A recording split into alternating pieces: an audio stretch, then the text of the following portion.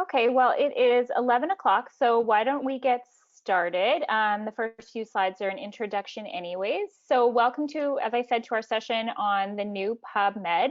So I'll just introduce myself. My name is Malin Lay, and I am one of the health sciences librarians at the Bannatyne campus.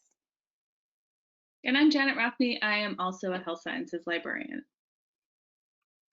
So Jan and I will be kind of trading off who's talking and who's monitoring the chat today. So that's us too, in case you don't have the video enabled, and our contact information if you have any questions at all about the content covered today.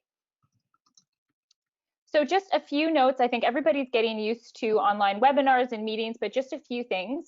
So we are recording this session, and we may be posting the recording to our website at a later date. But any questions that come up through the question feature, they are not recorded or kept for future viewing.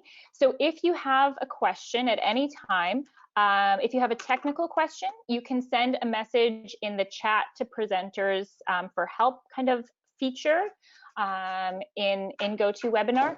And if you have any questions at any time, you can add your question to the question area, and you can send the question either to presenters only if you think it's kind of just for us, or you can send it to the entire group if you think that others would be interested in the answer or might be wondering as well. And then presenters, we will either respond just to you, or we will let everybody know for the whole group.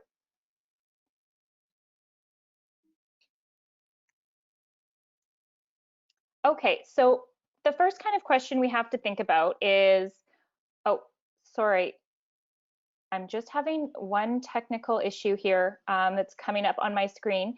Janet, do you mind just taking this one? I just have to disappear for 1 second here. I'm really sorry. Yeah. So I'm just going to load up my screen here. Change presenter to me. And I'm going to show everything. All right, so you should be able to now see my screen, and I'm going to go into present mode.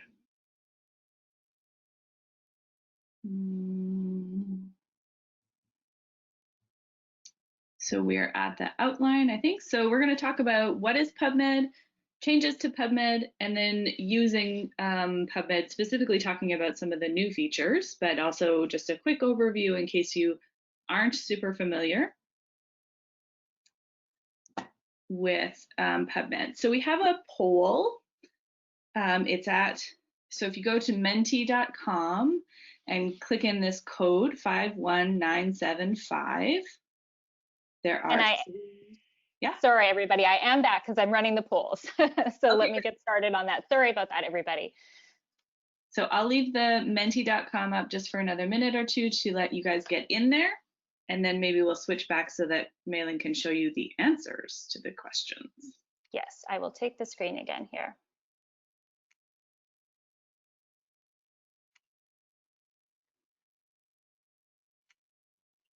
Okay, great. So hopefully everybody can now see the answers coming in here. So we wanted to just kind of get a sense of everybody's background and kind of experience with the PubMed of the past, and get a little bit of insight onto whether you were using it, if you're starting to use the new PubMed. So this is just helpful for us to know kind of what the background is. And I'll just give it a minute or two more because I can see kind of how many people have answered. Okay, so it looks like we have kind of a good mix of a lot of staff and faculty who use PubMed, and a lot of grad students and a few undergrads and others. So great. Okay, so we'll go to the next question here.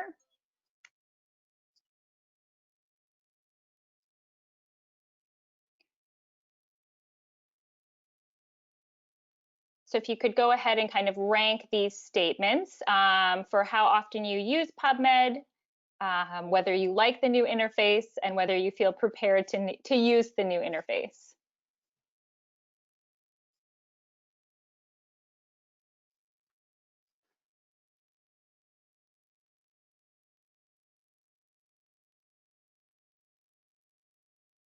So we do have, yeah, a lot of kind of frequent PubMed users. It does tend to be really popular. And one of the reasons is it is freely available. So no matter what institution or organization you happen to be with, you will always kind of have access to PubMed, as opposed to some of our other resources that do that are tied to our library system. Okay, so a little bit more than half of you like the new interface, which I guess is promising because it is here to stay, and kind of a half and half with feeling prepared to use the new interface. So hopefully we can move that particular number up a little bit by the end of the session.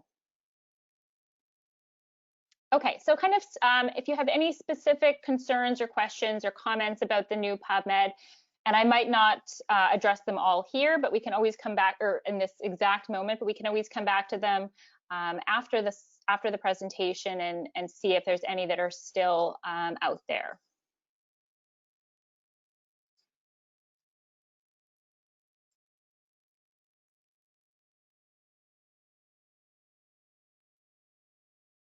Okay, everybody so far is feeling very good about the new PubMed. Okay, knowing what the new features are. Yeah, some of them are kind of, they just kind of happen, but it's good to know kind of what is happening. Yes, why the output is not presented based on date and year. So that is a big change that we will definitely be talking about the algorithm that's kind of running behind the new PubMed that changes that. Saving, citation matcher. We will provide a link to Legacy PubMed with the caveat that we do not know how long it's going to continue to be there. And again, just wanting to be familiar and know some of the new features. Okay, why are the authors not presented in order? I'm thinking that means like how the results are presented, but if not, let us know in the questions. New features. Okay, I think all of these we will be addressing in the session today. Publication order, yeah, we will definitely talk about that. Okay, great. And again, if there's more questions, feel free to send them in the question box. Okay, so I'm going to go back to the presentation here.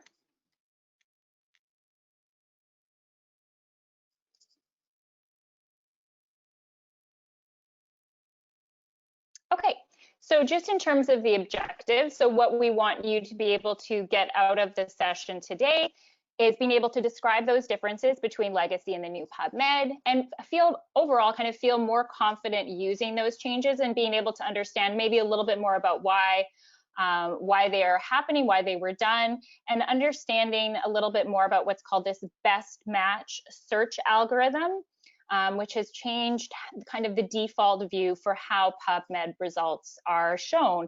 And if you're not kind of paying attention, you might not automatically notice it.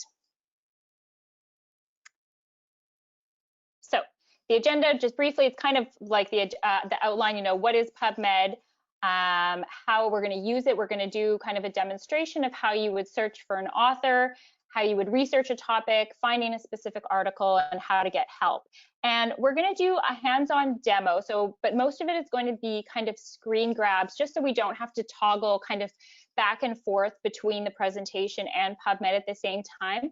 But I really do recommend that if you are able to, pull up PubMed and kind of follow along so you can kind of see the examples as we go through and make sure that it's working for you as well. And then we're going to always wrap up to have kind of a discussion on how you can get help in case you get stuck as you're going through PubMed. So kind of a background for those of you if you are kind of completely new to PubMed. So PubMed is a resource of the National Library of Medicine, and it's free, very authoritative, and it has about 30 million citations. And it focuses on the fields of biomedicine and health, and it specifically focuses on collecting scientific research. And from PubMed, their stats indicate that about 2.5 million users use it every day, and it's used by clinicians, researchers, students, pretty much people from all areas that touch on kind of science and medicine. So you can use it in a variety of different ways. You can use it to find specific research articles if you have kind of known information, so you want to just find that article that you've heard about somewhere else, or you can do kind of more extensive searching on new topics. And you can also do very deep dives into other topics if you really are trying to do kind of more comprehensive literature reviews. So one thing that is not free and can kind of be a little bit confusing for people. So PubMed itself is free, but what it is it's a database of citations. It is not a database of full text articles. So about 2/3 of PubMed citations include links to help you access the full text. And if you look probably at articles published within the last 10 years, it's probably closer to maybe 90% of citations that have links to the full text. So not all of these links are links to free full text. Some will link out to journal publishers, which require a subscription, which luckily you have through the university. So never pay a fee if that's where kind of PubMed might accidentally lead you. We can always get you access or request it for you. And when it is available, some PubMed citations are in what is called PubMed Central, which is the National Library of Medicine's free full text repository.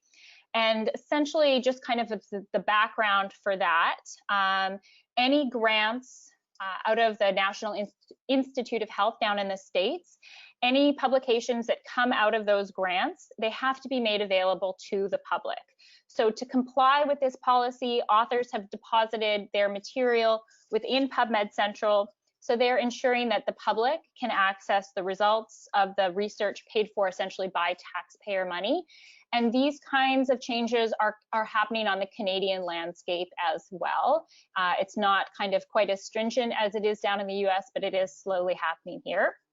So journals and publishers can also deposit content to PubMed Central, and there's kind of a variety of different ways to get in there. So there is full text available in PubMed through this kind of PubMed Central source, but then you also get access through the library to full text that way.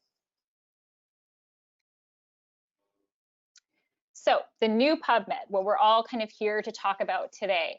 So for some of you, you might have been seeing it around for a while. It launched in November of 2019, but and it started going through its kind of beta process and has been undergoing kind of an extensive development process. So if you are familiar with the old PubMed, you will hopefully find the new PubMed to be just as effective, but hopefully also a little bit easier to use. So it's got kind of a much updated and cleaner look, and it has an easier to use interface. And one of the big kind of underlying things is that it has modified the search engine behind it all to make it easier to find the articles that PubMed kind of determines are the best match for your search. So if you're familiar with the old PubMed, you continue to search the way you're used to, but hopefully you will get better results. And the new PubMed still contains kind of all that very helpful, trusted citation data as the old database. And the new PubMed runs in the cloud, which increases its long-term stability and sustainability of the platform. So that's all the kind of the behind the scenes stuff. So let's take a look at what it now looks like. So at this point, if you'd like to, feel free to, you can just Google PubMed and open it up alongside to kind of see it in action. But this is the new interface that probably most of you have seen by now.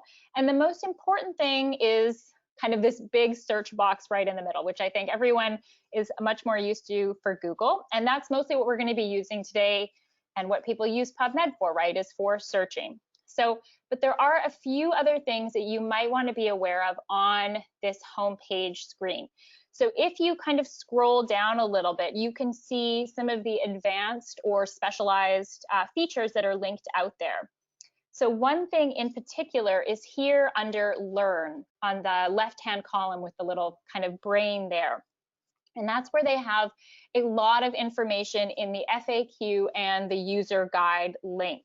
And there is a PubMed user guide linked out to here as well, which includes a lot of detailed documentation as well as the FAQs and the user guide right here. And this will really walk you through some of the most common PubMed tasks. And we're going to be going through some of them today, but some of the ones that maybe you use that we don't cover here today is check out this link right here to see if it might be covered under this link. Oh, me just linked out to PubMed there.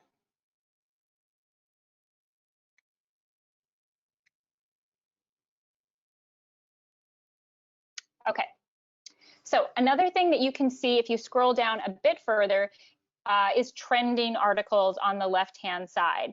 So just like we're used to in, say, Twitter or other social media features, this is going to highlight articles that have had kind of a recent uptick or interest in user activity. So lots of people are clicking on it. And it showcases articles that aren't necessarily the newest, but have had a sudden increase in interest. So these can be articles that have been in the news recently or have gone viral in some way or another. But one time that this is really interesting to check out, apparently, is after the Nobel Prizes have been announced. That's when those articles, people will suddenly have a lot of interest.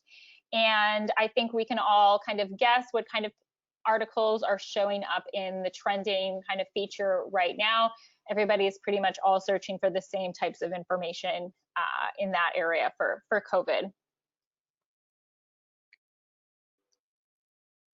Okay. So what the goal for what we want to do next is basically to showcase some of the most common tasks that people use PubMed to accomplish.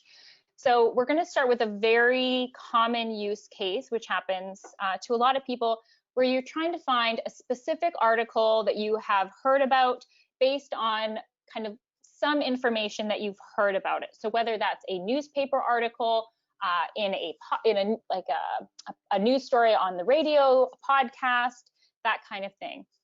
So say, for example, you have come across a news article like this one. So this is an article from NPR that talks about research that shows that common treatment for asthma is not going to be as effective as previously believed.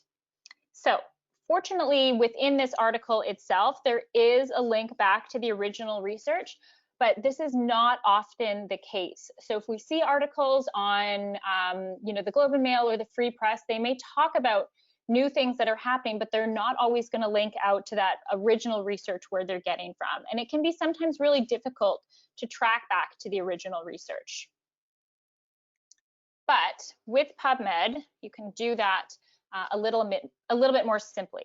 So if you were to read this study article, you could see that there is some information that we can pull out from it. So within the text here, they'll talk about that it was published in a recent issue of the New England Journal of Medicine.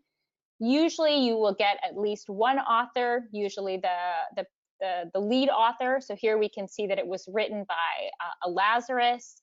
And sometimes it will just kind of say, well, this was a recent article, at which point you can kind of guess it was in maybe the last couple of months. So in this case, this is an article from 2019, so we can assume that the original research was likely published in 2019. So even with that little bit of information, we should be able to quickly find this article in PubMed. So using the new interface, and what I thought I would do actually, because the results are a little bit different, but again, feel free to type it in here, is what you can do is you can type in the information that you do have. And what is going to happen in the background that you can't see is that kind of the PubMed sensors are analyzing your search query, and they're trying to detect what it is you are actually looking for. So here you can see, hopefully you can read that there, is that we've typed in the author's last name, so Lazarus, and then put the abbreviation for the New England Journal of Medicine, so NEJM, and the year, 2019. So obviously the New England Journal of Medicine has a very well-known abbreviation that most of us are familiar with. If you typed out kind of the full New England Journal of Medicine, it would lead to the same thing. So the citation sensor that is running in the background should detect basically that you have provided this basic citation information and will help you find the article that you're actually looking for. Okay, so here we have the search results from 2019. And when I checked this morning, they were a little bit different, but they still kind of get the same thing across. So as you can see, the citation sensor tried to find a citation that matched the information we had put into the search box. So PubMed also does your search kind of what it calls normally and gives you this alternative set of results as well, which is what's right below, in case you weren't actually looking for a specific citation. So this can be useful if you are searching for a topic that is also, say, the name of a journal. So say you're searching for something in the journal Cancer or Virology or Science or Cell. Those are very common kind of words that would show up both in articles and as publication names. So the citation sensor will suggest some articles from the journal, assuming you were searching for that journal name, but you can also get additional results below if you're searching, say, for example, for articles about cancer as opposed to in the journal Cancer. So we're going to look at what is on the rest of the search results page a little bit later on, but for right now, you can just kind of click on this one article found by citation matching. And I believe that if you're following along, there are now 3 articles. So you want to select the one, this one right here. And then we're going to look at the citation in a little bit more detail. Okay, so pardon me, let me just go back there. So this is, I've kind of highlighted a bit, but this is going to be your abstract view page. And that is going to show you more about the citation, more about the citation than the summary view that's on the results page. So you're going to get more information on this page than you would here. So you have your basic kind of citation information here. Up at the top, you're going to have the journal name, the New England Journal of Medicine. You're going to have the journal, the volume, the issue, the page numbers, all that kind of stuff. And then you're going to have all the authors. And then if you scroll down a little bit, that's where you're going to see some what are called, let me just see, I've got it in this one. Oh, it didn't quite show up. So let me just pull it up in PubMed.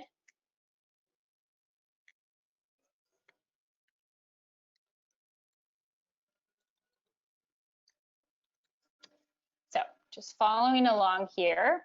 So I'm going to pick this very first one here. Oh, pardon me, the one on the bottom. Okay, sorry, the screen grab just didn't show all the information I wanted to point out here as well. So in the new interface, you still get the abstract, which is what you had as well. And on the right-hand side, over here, this is where you're going to get information on where to link out to the full text of the paper. So if you wanted to get it, you can see that this one, for example, is available through PubMed, or you can access it through the library catalog there. I'm going to come back to those features, other features in a second, but if you scroll down, you will see the rest of the abstract. You're going to see any figures. You will see some comments on that original article. A nice feature which used to be a little bit more hidden is that now you see, since this article came out in 2019, which articles have cited it since then. So that can be a really great way to find additional information. And again, and additional relevant papers as well. And you can see that there are even more. If you scroll down a little bit more, you find more information on the study. So you're getting what are called kind of tags. So here they're telling you what kind of study is it. In this case, it's a randomized control trial. It's taking place at multiple institutions, so it's a multi-center study. And then you're going to get information on MESH, which we're not going to go into today. And again, information on what grants supported it, kind of all that additional information. So lots of information is displayed, and a lot of this information had been in the old PubMed interface, but it's just presented in a slightly clearer way now. Okay. So just going back to the slides here. Okay, as I pointed out, yeah, there's those similar articles and cited articles that are shown. Sometimes some articles, if you do a search on, if it hasn't been cited by any other article since it came out, whether because it's very recent or it's just not highly cited, it will still suggest these similar articles. So these are articles that PubMed identifies through its algorithm that it thinks are similar enough that you might be interested in it as well.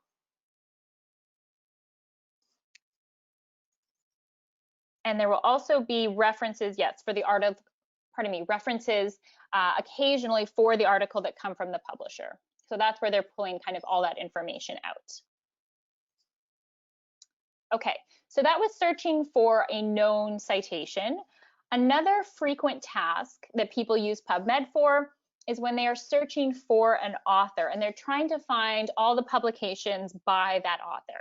So I have to admit that PubMed is probably not going to be the first place that I would go to do that, but it's still important to kind of know where, or how to do it. But we have a lot of great databases for searching by author, including Scopus, but I will walk you through it in PubMed. So searching by authors can be tricky in PubMed, as they are in other databases, particularly when multiple authors have the same name or when one author publishes under slightly different variations of their own name. So there are a few techniques you can use to help you ensure that you find articles by the author that you're looking for and not a different author with a similar name or the same name. So the most effective way to search for an author is to search for the author's last name and initials. So in this example here, Collins and FS. There is no need to tag or capitalize or punctuate, just the last name, last name, space, and then the initials. So here the example is Collins FS, who happens to be the director of the National Institute of Health, and we're going to do a search for that. So they do recommend that you don't type in the full last name and first name, and the reason for that is that not all PubMed records include first names, so you may potentially miss out on articles if only the initial was provided either by the author or by the journal itself. Okay, so here again, feel free to follow along. Simply put in Collins and FS to search for articles by this person. And here you can see your results. So again, what you're kind of getting used to this different display, right? A lot more kind of white space. And we have a number of articles listed here by FS Collins. And in the summary view, PubMed is going to try to highlight search terms where the author name appears, which isn't, you can see here, they're bolded within the author lists as well. So Collins FS appears on a number of these results, but at this point, we don't know for a fact that the Collins FS on any of these records actually refers to the Francis C. Collins of the National Institute of Health. So we have to go into the individual articles or records to see whether we're looking at the right author. So if you click on the one that is, to make sure we're looking at the right Collins, click on the one that's called A New Initiative on Precision Medicine. So in my results, it's the fourth one down. In yours, it might be a little bit further down. Okay, so here you have the results. And then what you can do to make sure that you're looking at the right Collins is to click on the author name and click at the author affiliation. So you can click on expand right there to make sure that you're looking at the right Francis C. Collins. And then clicking on the name itself will also lead you to other publications as well. So, sorry, I just got a little bit mixed up here. Okay. So here is what happens if you click on the author affiliations. You can see that this Francis C. Collins is affiliated with the National Institute of Health, and that is the Collins that we are looking for. Okay, so again, then at that point, clicking on that name will lead you to other articles that PubMed has identified as being by that Francis C. Collins. So Basically, when you are looking at authors, they're using an algorithm, like PubMed is using an algorithm, which is based on patterns in authorship to identify other articles where an author with the same name is actually kind of the same author. So this kind of, it's called the computed author. This is their algorithm. It takes advantage of a lot of different things to pull this information. So it uses ORCID identifiers, which are kind of a global initiative to deal with these name problems and give credit for people's work. So where those are present, those help to sort out multiple authors with the same names. So ORCID identifiers are in a small but increasing number of PubMed records. Authors themselves can create their ORCID IDs and submit it to the journal with their papers. Publishers can send ORCIDs, and basically if you are an author, you work with authors, you're in the library world or research, or you're an expert, we really do suggest that you use your ORCID as often as you can and have it integrated in PubMed when you submit to make it easier to get credit and have people find the articles that are by you essentially. Okay, so as I mentioned, this is if you wanted to find more articles by the same author. If you clicked on the Francis C. Collins, PubMed will now do that search for you and cluster your results that the algorithm has determined are likely by the same author for you. So this is that result page. And the results are, again, displayed in this computed author sort order, meaning the authors that are the papers that are most likely to be by the author you're interested in show up at the top. So this explains why the articles that we started with, so the new initiative one here on precision medicine is the first result, and then it has found other articles as well by Collins FS, but also articles that are just by Collins F that we wouldn't have found in our initial search. So this kind of computed author helps you find articles that are by the same author, even if they aren't publishing under the same exact name. And that's kind of searching for authors. And now if you're following along, you can always click on the PubMed Gov up in the upper left-hand corner, and that will take you back to the PubMed homepage. And now we're going to do a little bit of subject searching, and I'm going to pass it off to Janet.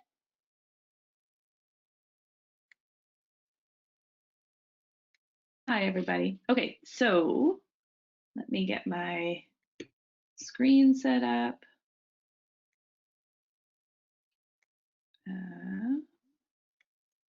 Okay, so we're going to do a subject search on acid reflux. So this is probably, I would say this is my most likely use of PubMed, is to search for something as a topic.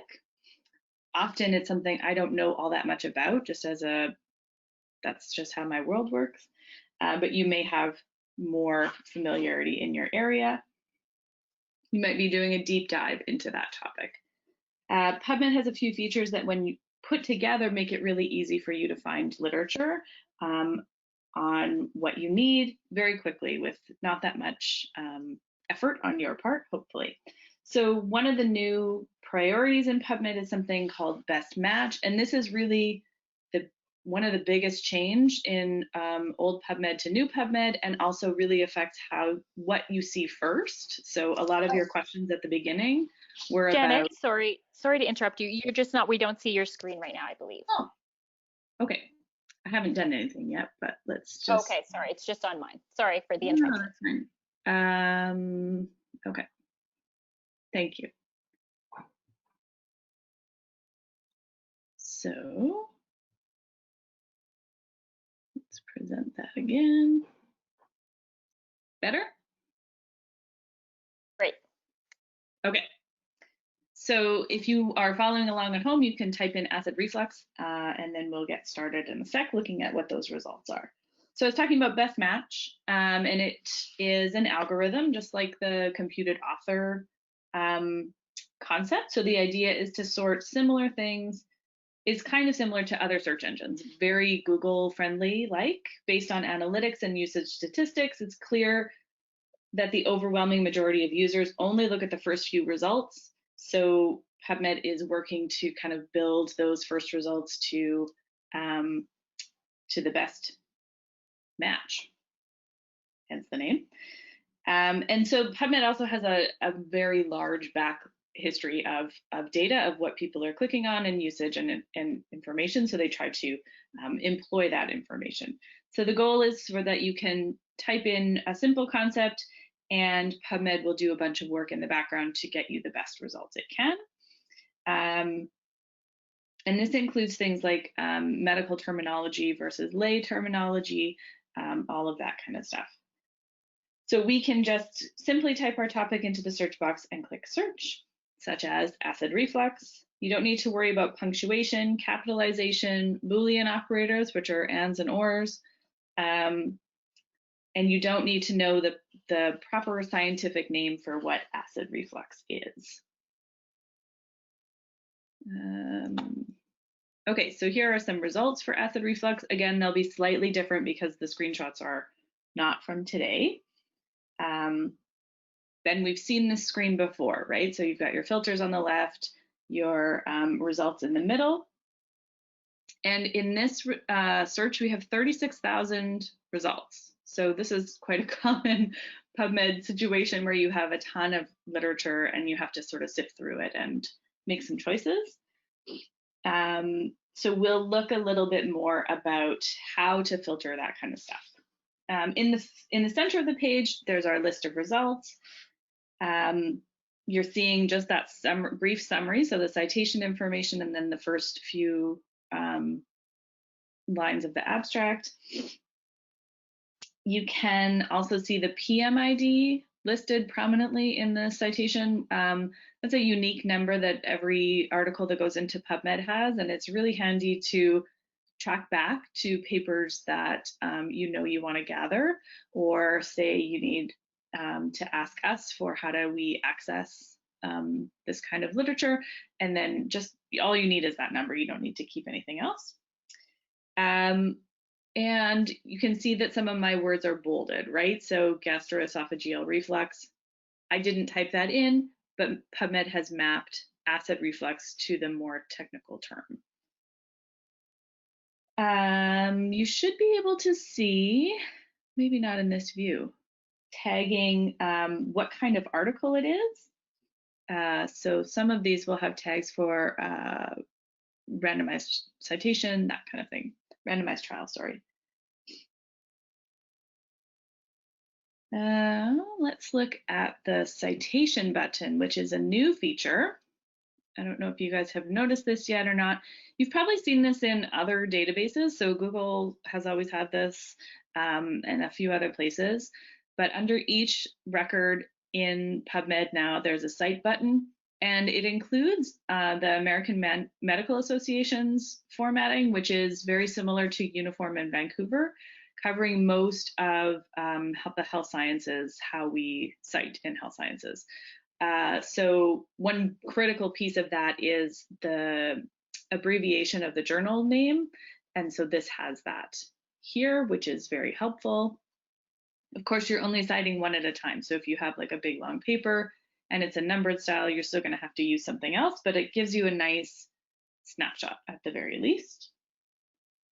So you can copy and paste it, or you can download the reference as a citation. You can see that at the bottom of the screen there. Why can't I? Oh, here. Another feature, and this is not new, but you can still save literature. So at the very top of your screen, you can save citations.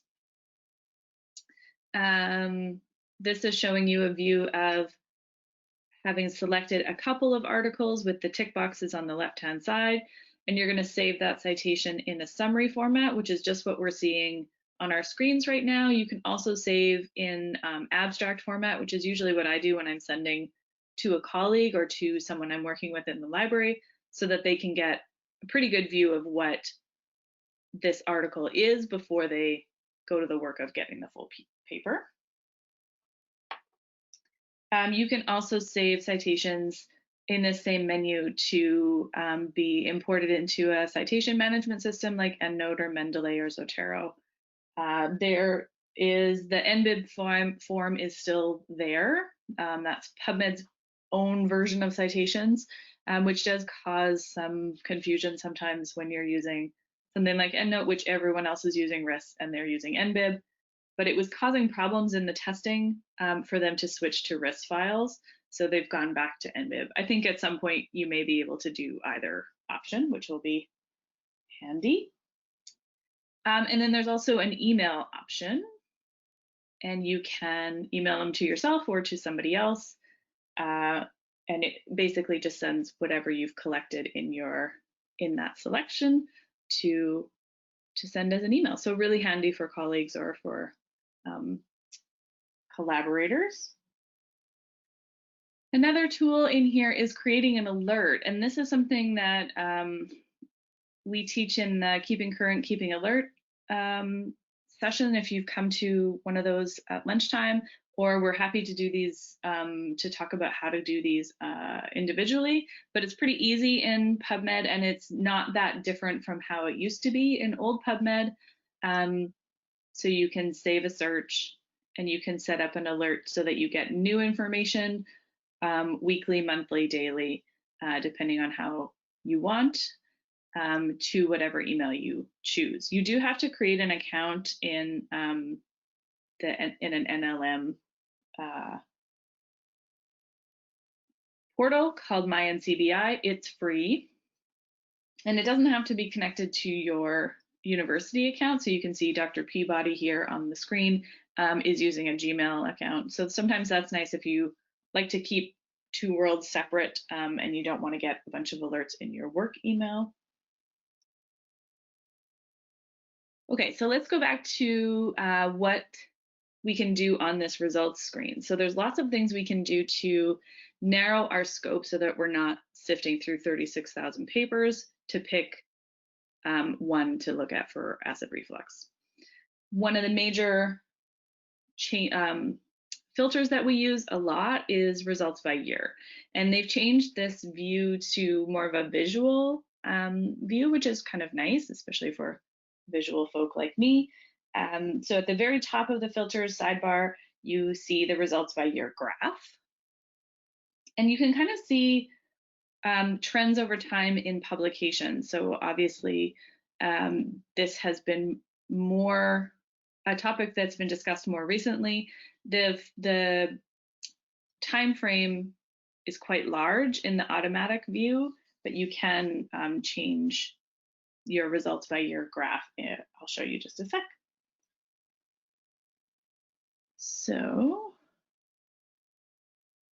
if I use those arrows, the little sidebar arrows there, I can expand the graph to show me in a larger format, and then I can use the slide bars to highlight just a few areas. So it's very common in health sciences to only want to look at literature from the last 5 years, the last 10 years. I mean, even 20 years feels a little old sometimes, depending on what you're working on. If you're working on something very, very recent, you may even just want to limit to the last year of information. And this is a way to still using Best Match, but you can look at the more recent stuff. The other option, and I don't know if we've mentioned this yet, but you can see it on my screen right now, just above the year slider thing, we have the sort by best match versus sort by most recent button, and you can toggle back and forth. And that's something I do a lot when I'm searching in PubMed, is I look at both views to kind of get a sense of what is happening in the literature most recently, but then also taking advantage of some of their nice little algorithm choices. So you can play around with trying the results by year. Here's a view of using the results by year as a filter. So I've slid the bar to 2000 to 2019, and you can see that I've dropped 12,000 papers off of my list very, very quickly. And now I can see, you know, sort of the trends over time in just that smaller window. A couple other common filters. So this is not my favorite filter, but it may be useful in some situations. So because PubMed is a free database, it does want to provide an option for people who don't have affiliations to be able to see only the stuff that they can read for free. So there is a free full text link filter available, but major caveat for U of M folk is that it can't see our subscriptions. So using that limits you for no reason. You may want to look at things that have an abstract. I have used that filter occasionally, and that kind of filters out editorials, comments. Very small papers usually don't get an abstract, and they're not often the things we want to cite anyway, right? Article type filter is our next guy. This is something we use a ton, and it is one of the big draws for PubMed, for me anyway. When I'm working with a number of different databases, I am always happy to have the granularity in article type filtering that PubMed has. So you can see it sort of near the bottom of my left-hand filter bar on my screen here. It's got review applied. So I've got a tick box in the box for review. I get a note at the very top of my screen as well that the filter of review is applied. I can have multiple filters on at once if I choose. And there are more filters than just the ones you can see. Those are sort of the most common ones, but there's always underneath that article type section, there's a show more option. So you can filter very narrowly to like what phase of a clinical trial somebody's working on. And I will just point out very quickly, so if you've used PubMed for a long time, you may use systematic reviews and meta-analyses as an article types. Those used to be embedded in each other. So if I searched with the filter systematic reviews, I would also see meta-analyses, and they've separated the two filters. So you can see in that screen that on my slide that meta-analyses review and systematic reviews are three separate filters. So keep an eye out for that stuff when you're doing filters, especially for kind of high evidence level review types. Additional filters, there are a number of other options in the bottom of the filtering list.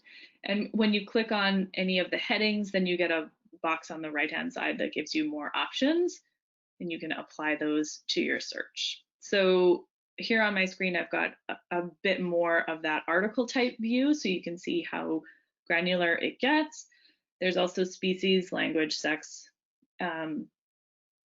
Ages is something we use a fair bit. There have been a few minor changes to the article or the filter types that are available. So for example, in subjects, there used to be one for core clinical journals, and there is not one anymore. It's much simplified. And I think that's based on what people were using and how difficult it is for PubMed to maintain a filter for that concept. So let's go back to the results page. And I want to show you a little bit more about creating a more advanced search and finding out more about how PubMed is interpreting your search. So to do that, we're going to go into the advanced area. You can see, I don't know if you can see my cursor, but right underneath the acid reflux search bar, I've got a link here for advanced, and then the other one is create an alert. That's what we want to click on if you're following along at home, so that you can see this advanced screen. And this, I mean, there was one of these in old PubMed. It looked fairly similar to this, but it does have a couple different features in here. So at the top end and in my screenshot, you can see that I'm searching by a specific area in the field, a specific field in the record. So if I'm looking for the New England Journal of Medicine, only in the journals rather than in anywhere in the text, I can be a little more specific in my terminology, and that might really help if you're working on looking for one of those journals that, like Maylin was talking about, like Science or Cell, where those words can show up kind of everywhere. You may want to specify where you want it to appear in your results. You can also use the field selector for lots of different other areas, like where you want your author to show up, your author name, or if you want to use, sometimes you might want to do a search for just in title and abstract, so you can see where your terms are showing up in sort of a very high context. The other big thing in this view is the history and search details section, which is just underneath the advanced search builder. And this does have a sort of a new kind of spin on it than it did in legacy searches. So what this is, the history is just what you've done, just the searches you've done today. And so it's a time limited history. It doesn't keep track over a long term of your searches, but it does show you what you've done today and what the results are and what time of day you did those things. So you can kind of track back if you've gone a little farther down the road than you planned to in your search. And the big thing I want to show you is the details. So this used to be on the front page of your results on the right-hand side in old PubMed. This shows you how PubMed is interpreting your search. So I just typed in acid reflux and I'm getting all of these different terms and in what fields. That's how PubMed is translating my search. So if you're getting some results that are unexpected, the search details can give you some insight into why that might be. It also, if you're doing a search that you've done for a lot of years and is very different in new PubMed, which in some cases is true, you can kind of see what the differences might be in the new PubMed view. So you can see that it's translating into medical terminology and also applying mesh terms, which are standardized indexing of tags of terms, which help build your search out. And that's how we got into gastroesophageal reflux in those results, right? I think that's kind of the big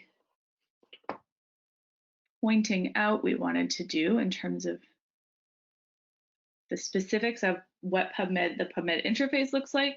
I have a couple other sort of tips and tricks, and it looks like we're kind of on track for timing, so that's great. So a few other things, there are a few features of PubMed that are still housed on the legacy site, so you'll find yourself flipping back and forth if you use some of those more advanced features. I'm not sure whether they will change over at some point or not. We haven't been indicated anything like that.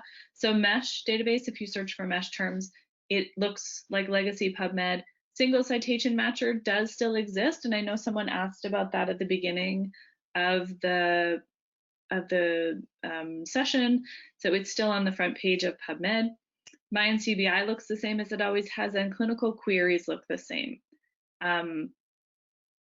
So you may find yourself sort of in both worlds if you use any of those tools. This is a kind of the basic overview of how we're approaching new PubMed. So it works really well for keyword searches, simple concepts, not using a ton of complexity in your search development. And if things go awry, look at your search details options in the advanced window. Some other things that seem to be a bit wonky right now and hopefully will be addressed in the next couple of weeks and months. Wildcards, so putting a star at the end of your words sometimes isn't working all that well. Truncation as well, similar thing, stopping your word before it fully ends. And sometimes even capitalization seems to be throwing the algorithms off a little bit. And I think part of this is just, it's a very new interface and there are lots of people working on it in the background. So, you know, be gentle, try a few things. If something is really not working at all, take off some of that fancy search stuff that we've all learned how to do. We do have Ovid Medline, the interface that you can use to search Medline as a set of records. You can also search it in Ovid. So if you're doing complex advanced searching, we are finding we're going more and more over to Ovid to do that rather than staying in PubMed. Expect higher result numbers in new PubMed rather than old. And I would recommend flipping back and forth between the best match algorithm and the most recent sorting. If you are looking at the most recent view, it has fewer algorithmic layers on top of your own search. So you may find that you're getting different results, sometimes better, sometimes worse. Sort of depends on what you're looking for. And then really take advantage of some of the new features, because there are some really nice things about the new one, as much as we all hate change, right? So the citing options are great. Mobile view, if you've ever tried to use old PubMed in mobile, you will know it was not working at all. And this really does translate pretty well to different screen sizes. The citing by lists and reference list embedded in the records are really handy, especially for building out sort of a reference list. Okay, so here's your legacy link for if we haven't convinced you to give new PubMed a try. This is where old PubMed is housed. We have no promises for how long this link will work, but it's good today.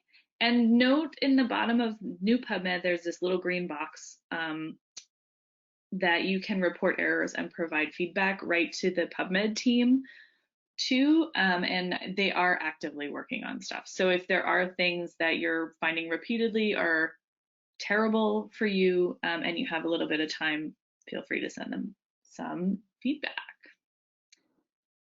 I think Malin pointed this out at the beginning, but there is an FAQ and user guide link on the front page of PubMed. It is being updated fairly regularly, and there's an updated date at the top of the box. If you want to talk more with one of us, there's a link here to do that. It's also on the front page of the NJM webpage. Contact a health librarian, I think is what it says there. And we're happy to do appointments by Zoom or by phone, or even just have a quick chat by email is also fine. Okay, questions, and it looks like there's been some activity throughout, so we'll maybe open it up to questions. I'm also just going to show you a bit.ly, so if you have to go, or if you don't have any questions, if you don't mind sending us a little bit of feedback, that would be really helpful, so that we can know how to do this again next time. So Malin, are there questions to talk through? I think I'm just trying to remember from the questions. While I'm thinking about that, I will just point out that we did link the slides and a tip sheet in the handout section here. So if you wanted to see those there, I would just download those. I think an important thing, I saw that you answered it, Janet, but what's the difference between PubMed and Medline and PubMed Central? Just if people didn't see that in the chat, it's just important to kind of recognize the differences. So they're kind of all little kind of different subsets. So PubMed Central is a subset of PubMed that just has that full text free material. I wish they hadn't given it a name that was so similar to PubMed. It doesn't necessarily go kind of through the same rigor to get into PubMed. So, but all of PubMed Central is within PubMed. PubMed is comprised of what's called the Medline records, as well as some additional material.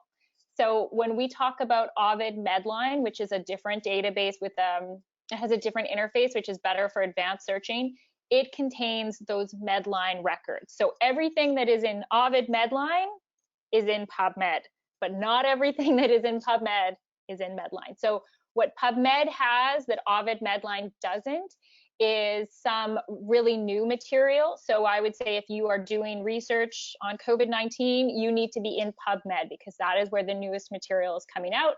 And it also has some material that does not get indexed and end up in Medline. So PubMed is slightly bigger, but for most people, it does not make a difference in their results.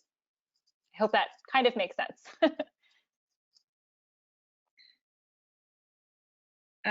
Okay, so hopefully you guys, I'll flip back to the evaluation in just a sec, but I wanted to mention that some of our slide content, most of our slide content comes right from the National Library of Medicine. So thank you, NLM, for doing that for us.